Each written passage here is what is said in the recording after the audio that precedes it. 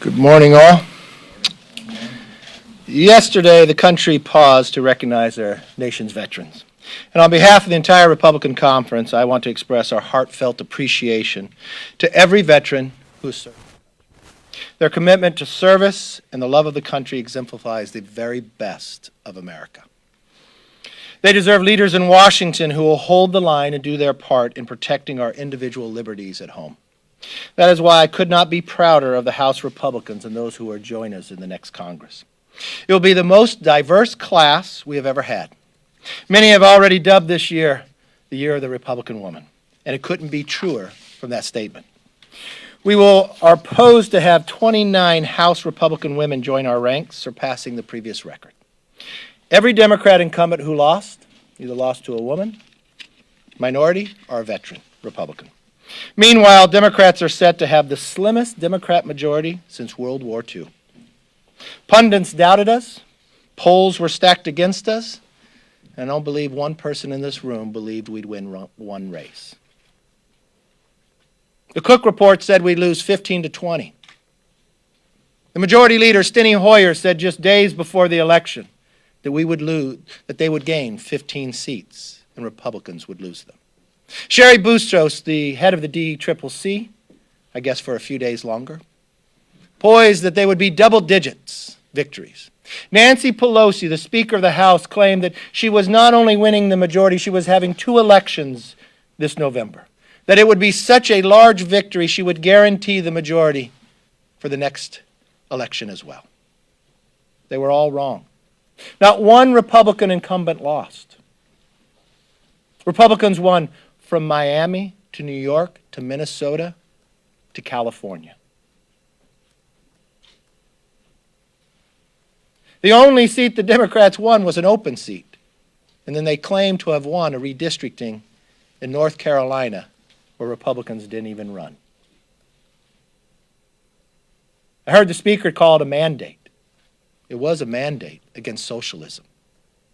It was a mandate against defunding the police. It was a mandate against wasting a majority that the Democrats have done for the last Congress. While the Democrats praised socialism and advocated to defund the police, our members made a commitment to America. That they would restore our way of life, rebuild our economy, and renew the American dream. We are eager and ready to show up to work, unlike the Democrats. Yesterday, Chairperson Lofgren signaled that the Democrats have infrastructure in place to ensure Democrats can continue to get paid for not showing up to work. Something Americans across this country don't have the privilege to do. Millions of Americans have already returned to work, and millions more want to return. If they are willing to show up in person, so can we. It can be done in a safe manner to minimize the risk for members, for staff, employees, and for you, the press. Just as we did with the proxy voting scheme, House Republicans will stand up and defend the Constitution, even if it gets in the way of the Democrats' boat vacations and road trips to rocket launches. We believe Congress is essential. We believe you just spent some millions of dollars saying you'll be the voice for all of you in your district. You should show up and be that voice. Just like in May when I put myself and Tom Cole and Rodney Davis gave a plan to open up the House safely with testing, which the Speaker denied us. The ability to have rooms separated and distance so we could have hearings in a safe manner. Even to this day, the Speaker has no plan of how to have the House safely open up. Our success is already threatening Democrats. Instead of planning to work with us, they are already plotting ways to silence the minority party's voice in Congress. As many of you know, they want to change the rules to the motion to recommit, the MTR, as many of you know it. It's the only way that a legislative body allows a minority just to have one amendment to a bill. It's the only way the minority party can use the influence to improve legislation and serve as their constituents' voice in D.C. We won't let them silence us. This election cycle has made one thing clear. The Republican Party is now the party of the American worker. That is the actual mandate that we had from the voters. We are going to fight them, push back against Democrats' radical policies, and we'll continue to put America first. With that, let's open up for questions. With regard to the election, Nancy Pelosi has, and Speaker Schumer, Leader Schumer has said basically that with all these lawsuits, that all it's doing is just jeopardizing the democracy of America. Your reaction? You've got a hand recount going in Georgia. Every recount needs to be finished. You got challenges inside courts. Every challenge needs to be heard. Regardless of who you support in this election, at the end of the day, we want America to be united. Regardless of how this outcome is, you want to be able to trust the election. If there was something that was wrong in this election, we do not want to repeat it for the future either. Just as we watched in the race in 2000, it carried out more than 37 days because there were court cases. They were heard. I think when you have more than 150 million Americans voting, let's make sure we get this right. Yes, ma'am. As far as Texas is concerned, Democrats were pinned hopes on about 10 seats, I think. Can Republicans now say that Texas is red and going forward for the next few cycles, or no? Look, I think every place is going to be competitive in the future. This country is very divided. We watch in all these races. But the Democrats said they were going to flip Texas. The Cook report actually had it as a toss-up, I think, at the end. They believed they were going to win all these open seats. They believed they were going to defeat incumbents. They didn't. Not only in Texas, they did not defeat one Republican incumbent who ran for re-election. In the open seats, they only won one on the large number of all the open seats. In Texas, no, they didn't defeat one down there. And we, just like in every other state on this win, we're going to have some amazing women. Beth Van Dyne, who's going to add to the delegation of Texas and to the Republican Party. Yes? You mentioned all these women, Republicans, now 29 coming in, but how concerned are you about the Marjorie Taylor Greenes, the Lauren Boeberts, who have talked about and supported QAnon in the past, creating controversy for your conference? I mean, Marjorie Taylor walked around. No. But Marjorie Taylor, she walked around with the Bible looking for Reps Tlaib and Omar, saying that they needed to swear on the Bible and not the Quran. Like, how are you going to deal? Look, our party is very diverse. You mentioned two people who are going to join our party, and both of them have denounced QAnon. So the only thing I would ask of you in a press, these are new members, give them an opportunity before you claim what you believe they have done and what they will do. I think it's fair for all. Yes?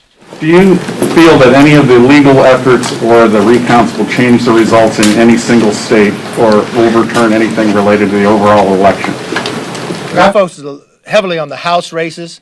I thought when I looked, I follow data and numbers. I thought early on that Arizona, based upon the number of votes that were left out, could switch back to President Trump. Don't know if that's going to be the case. I see things narrow. Let me give you an example, I guess more on a micro level, because it's very difficult. Like I have in my own race, in my county we have 2 congressional seats. They tell me there's approximately 150,016 votes left. They use the number 16, and it's approximate. But they can't tell me in which district they are. I just watched a race in New Jersey that the AP called, and probably called way too soon.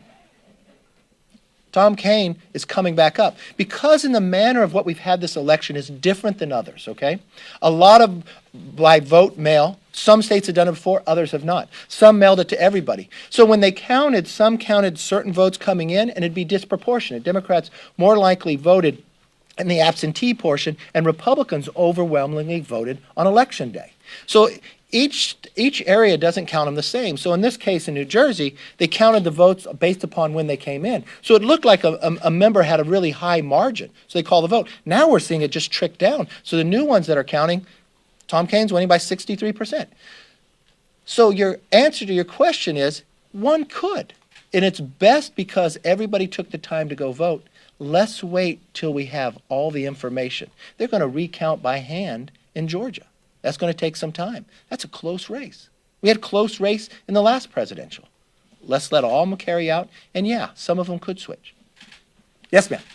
Record number of women to the conference, but obviously still a fraction of what the Democrats have in terms of diversity. You can't even give us that. Go ahead. I'm sorry. What's your plan to continue to increase diversity in the conference? Exactly what the plan I told you 2 years ago. That I believe the Republican Party is much more diverse than what reflects on the floor. And I think this election proved it. I think when you look at who ran, who represented the party, and where they represented it from. When you look at the results and the outcome, it's only in this room would we get a new record for the number of women, more diverse, and it only makes us stronger. That's what makes America strong. We're reflective upon that. Think about where we won. We won 2 seats in Miami. Maria Salazar, Carlos Jimenez. Maria defeated a congresswoman who was the former Secretary of the Health and Human Service, who called herself a pragmatic socialist. When I listen to the Democratic caucus on Twitter, they're all burning up, we're not socialists. They literally claimed to be, and they lost over it. We defeated a sitting chairman of a committee. Been here more than 30 years. The DCCC own chair had to put $1 million into her own race in the last week, and it was questioned on election night whether she was going to win. One day, you should at least let us have what took place that night. It was an unbelievable night for Republicans in Congress.